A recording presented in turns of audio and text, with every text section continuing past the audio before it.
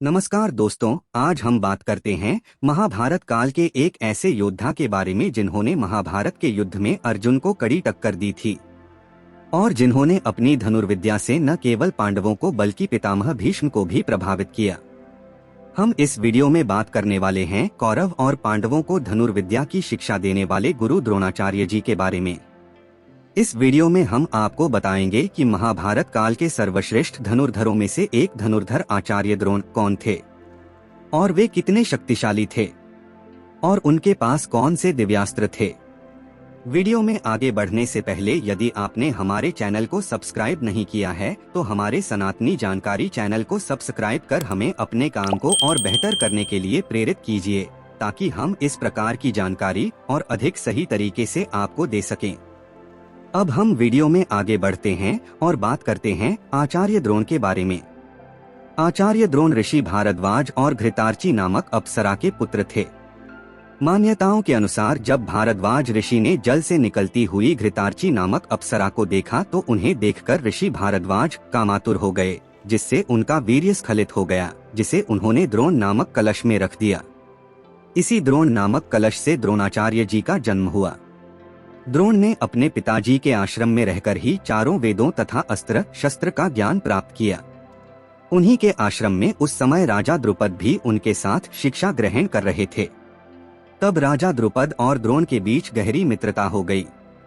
भारद्वाज मुनि के आश्रम में द्रुपद भी द्रोण के साथ ही अध्ययन करते थे। भारद्वाज मुनि के शरीरांत होने के बाद द्रोण वहीं रहकर तपस्या करने लगे। द्रोण कुछ ही समय में वेदांगों में पारंगत हो गए थे। द्रोण का विवाह महर्षि शरद्वान की पुत्री और कृपाचार्य की बहन कृपि के साथ हुआ था, जिससे इन्हें अश्वत्थामा नामक पुत्र की प्राप्ति हुई। उस समय इनकी आर्थिक स्थिति बहुत ही दयनीय थी। बताया जाता है कि जब अश्वत्थामा ने दूध पीने की इच्छा रखी तो उनकी मां कृपि ने पानी में आटा घोलकर दूध बताकर पीने को दिया। जब द्रोणाचार्य को इस बात का पता चला तो उन्हें बहुत ही कष्ट हुआ।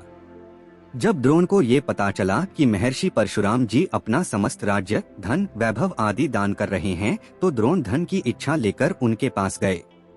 लेकिन जब वो वहां पहुंचे तो परशुराम जी ने कहा, हे वत्स, आप थोड़ा विलंब से आए हैं। मैं अपनी सारी संपत्ति दान कर चुका हूं।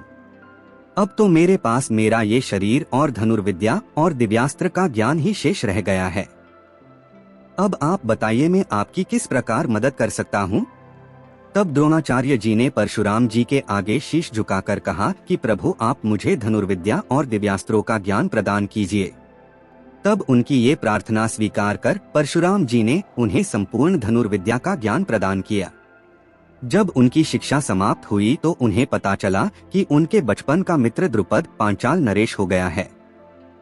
इसीलिए वे सहायता मांगने के लिए अपने बचपन के मित्र राजा द्रुपद के पास गए, लेकिन द्रुपद ने उनको अपमानित करते हुए कहा कि एक राजा और दरिद्र कभी मित्र नहीं हो सकते। द्रुपद की इस बात से द्रोण को बहुत दुख हुआ और उन्होंने इस अपमान का बदला लेने के लिए प्रतिज्ञा ली और अपमान सहकर वहां से लौट आए। एक बार की बात है कि गुरु द्रोणाचार्य जी हस्तिनापुर में वन में घूम रहे थे। तब उन्होंने देखा कि राजकुमारों की गेंद कुएं में गिर गई है। फिर उन राजकुमारों ने जब गेंद निकालने का प्रयास किया तो उनमें से एक राजकुमार की अंगूठी भी कुएं में गिर गई और वे प्रयत्न करने के बाद भी उसे निकाल नहीं पा रहे हैं। तो गुरु द्रोण ने अपनी धनुर्विद्या का प्रयोग करके गेंद को और उस अंगूठी को कुएं से बाहर निकाल लिया। जब इस घटना के बारे में पितामह भीष्म को पता चला तो वो समझ गए कि ऐसे धनुर्धर गुरु द्रोण ही हैं। अतः भीष्म पितामह गुरु द्रोण से मिलने पहुंचे और उन्होंने गुरु द्रोण को कौरव और पांडवों को शिक्षा देने का कार्य सौंप दिया। ये तो थी गुरु द्रोण के बारे में कुछ बातें। अब हम बात करते हैं कि गुरु द्रोण के पास कौन कौन से शक्तिशाली दिव्यास्त्र थे। गुरु द्रोण के पास कई शक्तिशाली दिव्यास्त्र थे, जो कि इस प्रकार हैं। आग्नेयास्त्र। अग्निवेश मुनि ने गुरु द्रोण को आग्नेयास्त्र की शिक्षा दी थी। यह बहुत ही प्रलयंकारी अस्त्र था। इसके इस्तेमाल से भयंकर अग्नि उत्पन्न होती थी। वायव्यास्त्र। इस अस्त्र के प्रयोग से भयंकर तूफान आता था और अंधकार छा जाता था। वरुण अस्त्र। वरुणास्त्र का प्रयोग रामायण एवं महाभारत काल में देखने को मिलता है। इस अस्त्र के प्रयोग से भयंकर मेघों का समूह उत्पन्न होता था, जिससे भयंकर वर्षा होती थी।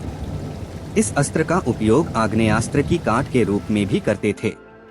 इंद्रास्त्र, गुरु द्रोण के पास भगवान इंद्र का एक शक्तिशाली अस्त्र इंद्रास्त्र भी था, जिसका इस्तेमाल गुरु द्रोण ने अर्जुन से युद्ध करते हुए किया था, जिसे अर्जुन ने निष्फल कर दिया था। ब्रह्मास्त्र, गुरु द्रोण के पास ब्रह्मास्त्र भी था। यह बहुत ही घातक अस्त्र होता है, जिसका प्रयोग करने के बाद यह शत्रु को समाप्त करके ही शांत होता है। युद्ध के दौरान इसका प्रयोग गुरु द्रोण ने अर्जुन पर किया था, जिसे अर्जुन ने अपने ब्रह्मास्त्र से शांत किया था। गुरु द्रोण ने ही अर्जुन को और अपने पुत्र अश्वत्थामा को ब्रह्मास्त्र की शिक्षा भी दी थी। नारायण अस्त्र, गुरु द्रोण को भगवान विष्णु से नारायण अस्त्र भी प्राप्त हुआ था। यह अस्त्र बहुत ही प्रलयंकारी अस्त्र था। यह अस्त्र अपने शत्रु पर कई सारे अन्य अस्त्र शस्त्र जैसे गदा, त्रिशूल एवं बाणों आदि से प्रहार करता था। इस अस्त्र से बचने का एक ही उपाय है कि इस अस्त्र के सम्मुख शत्रु अपने अस्त्र शस्त्र त्याग कर स्वयं नतमस्तक हो जाए। अगर ऐसा नहीं किया गया तो ये नारायण अस्त्र अपने शत्रु की शक्ति का उपयोग करके उसको और अधिक ऊर्जा के साथ शत्रु पर ही वार करता था।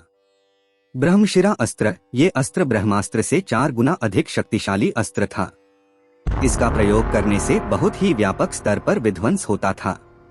इन सब के अलावा गुरु द्रोणाचार्य जी के पास गंधर्व अस्त्र, पर्जन्य अस्त्र, शूल अस्त्र और ब्रह्मा जी का शक्तिशाली खड्ग असी भी था। इसके साथ साथ गुरु द्रोण को व्यूह रचना का भी ज्ञान था।